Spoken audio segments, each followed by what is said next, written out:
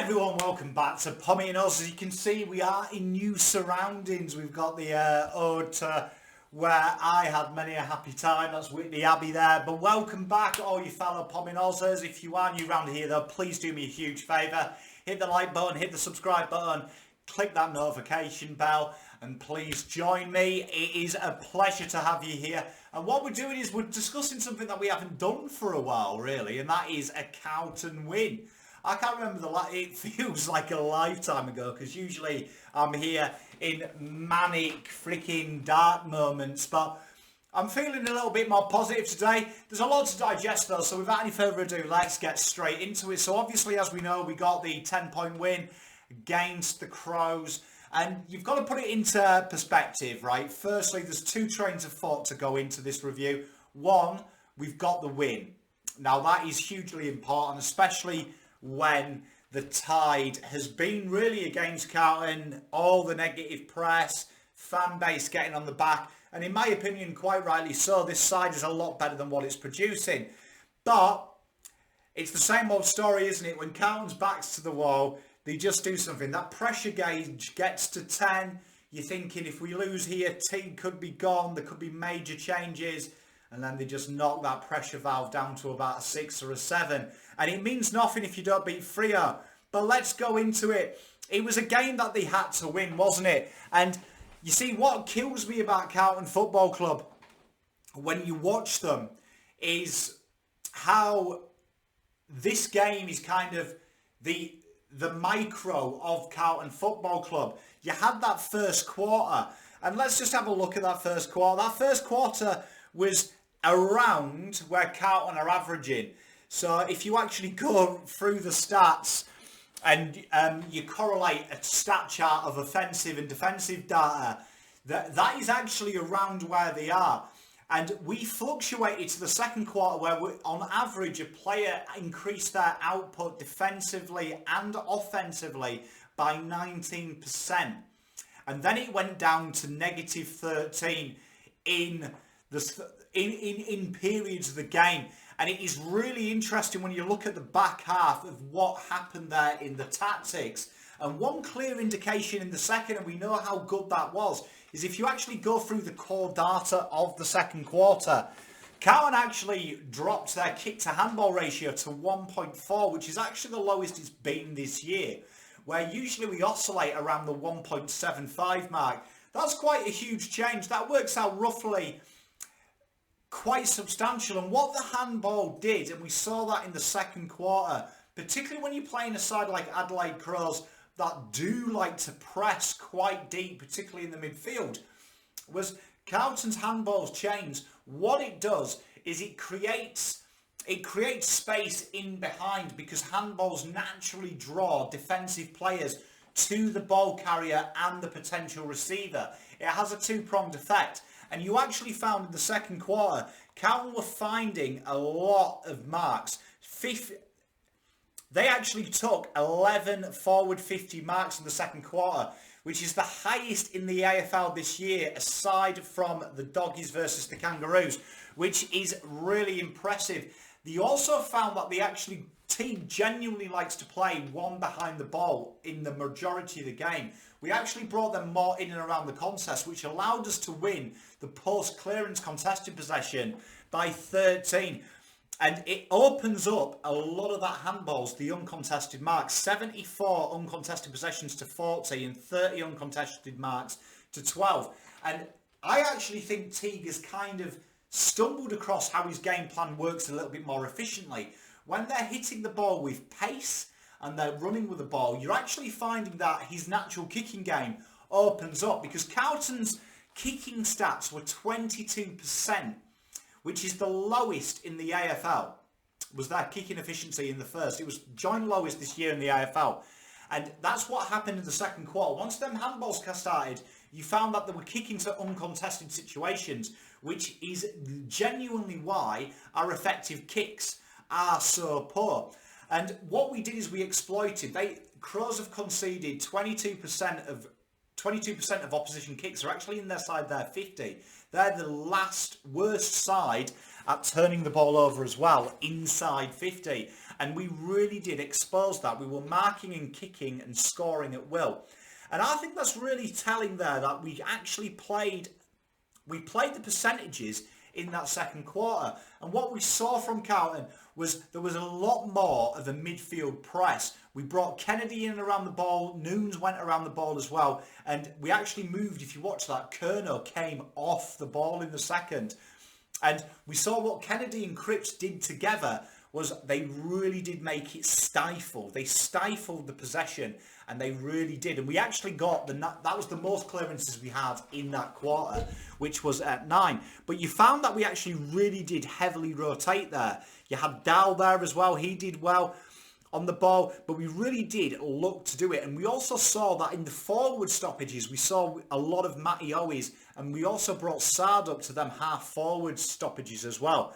And it really did create an avenue to really exploit that handball, because I think them players there, particularly Dow and Sard, they're a lot better when the ball isn't at hand, not being kicked to them. And we saw how damaging, particularly at the end of the first, what Sard can do when he's running, and it stretches the play.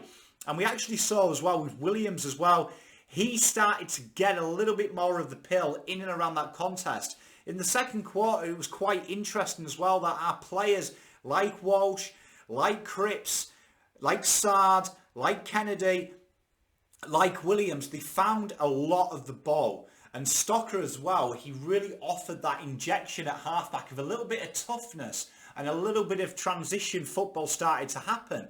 And we had the majority of our pressure acts in there. That was the only quarter we won our pressure acts in.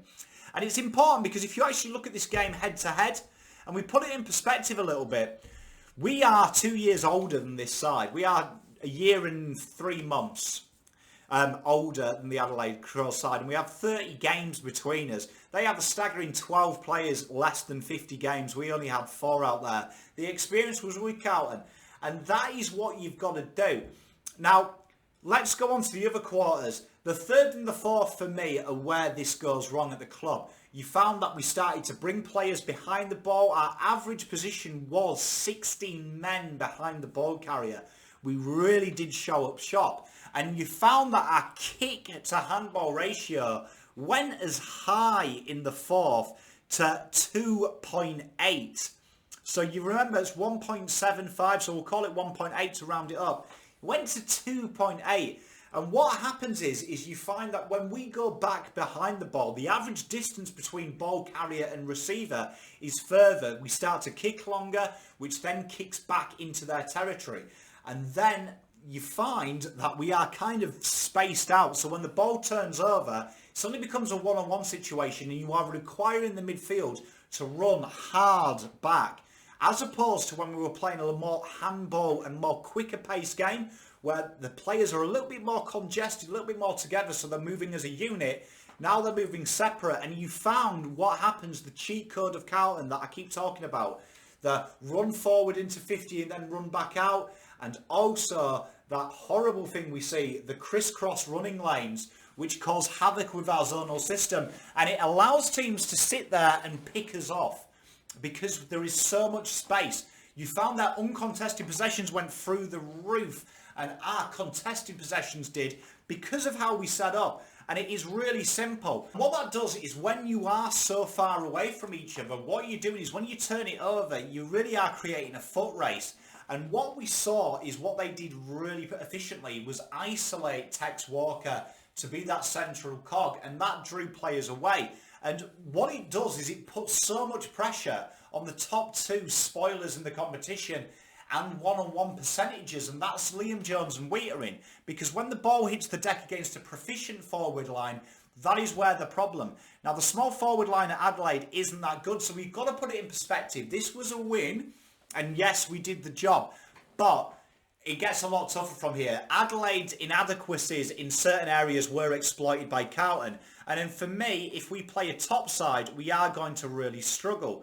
What did go well though, and I think what will really take Carlton into a bit of heat, is their ability to scoreboard chain. 52 points in that second quarter was the highest we've had since we scored 61 against the Bombers in 2012.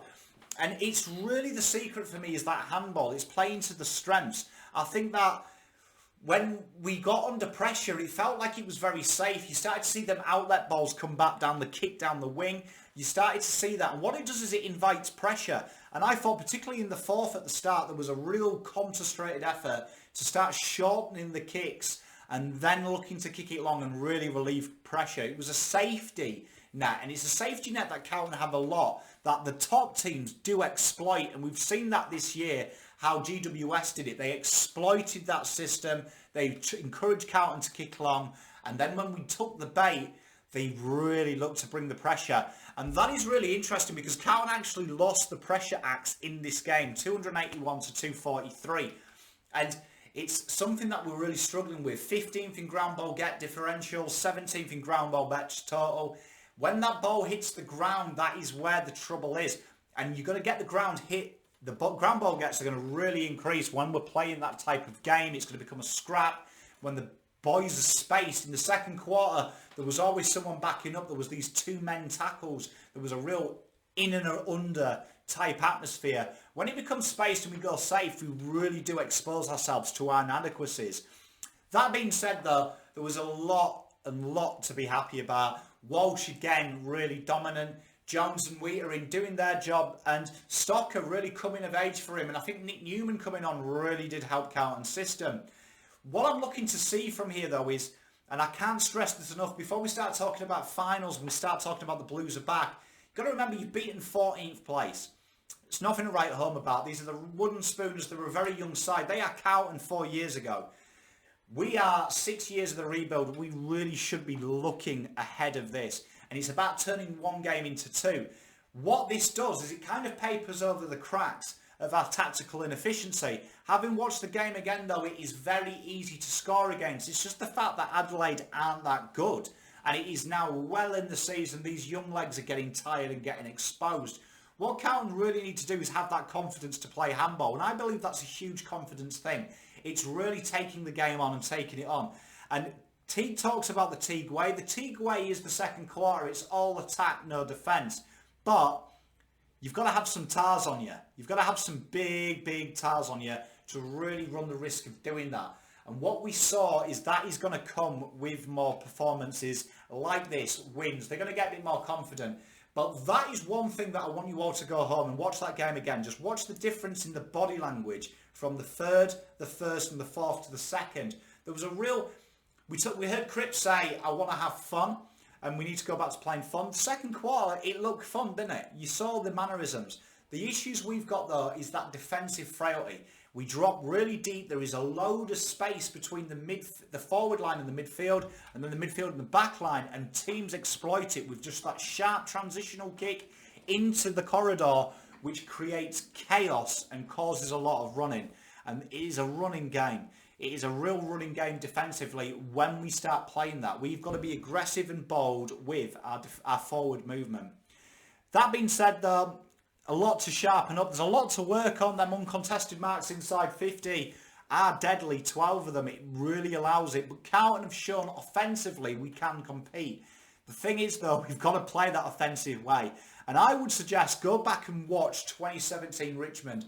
There was a few comments in the pundits halfway through that season that system wasn't sustainable. What Richmond did is they did make it sustainable and then they added the layers. Now, we've spent 4 years, in my opinion, building from the back. Bolton wanted to build from the back. Teague started to build us from the forward, and we've kind of lost that. That structure has to get better. That being said, though, let's not be too critical. We got the win, and wins turn into more wins, but it's got to be that. But in summary, 19% increase in the second quarter is huge. Dropping down to 13% at times. It's creating that equilibrium. It's never going to be a linear output, but you've got to start creating it a bit more. That is a huge flux. We did the job. We should have beaten them. In my opinion, it should have been a lot more. We need to be bold. And I think that it's games like this do set us back because it's a chance to play that expansive game for 2-3 quarters. Really take the game on. Devil may care attitude. Win a game by 30, 40, 50 and really gain confidence in the system. But that system there, when it works, you saw it in the second. But it's got to be used. You've got to use that handball. 2.8 kick to handball ratio is suicide in today's game. When you've got the skills we have, we rank low kicking efficiency for a reason, and it's because when we play that system, it's kicking to contest. The second quarter was good because we kicked to open space.